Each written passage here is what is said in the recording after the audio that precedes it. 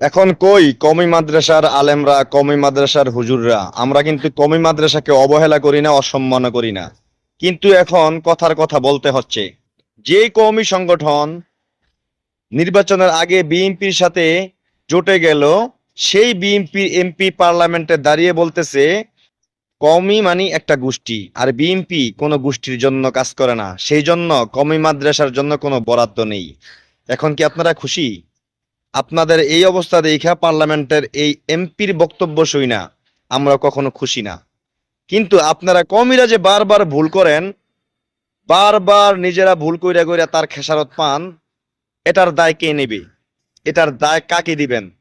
আপনারা নিজেকে দায়ী করতে হবে। কারণ আপনারাই নির্বাচনের আগে এই মদিনা সনদে দেশ চালানোর কথা বলার কারণে বিএনপিকে সাপোর্ট করছিলেন।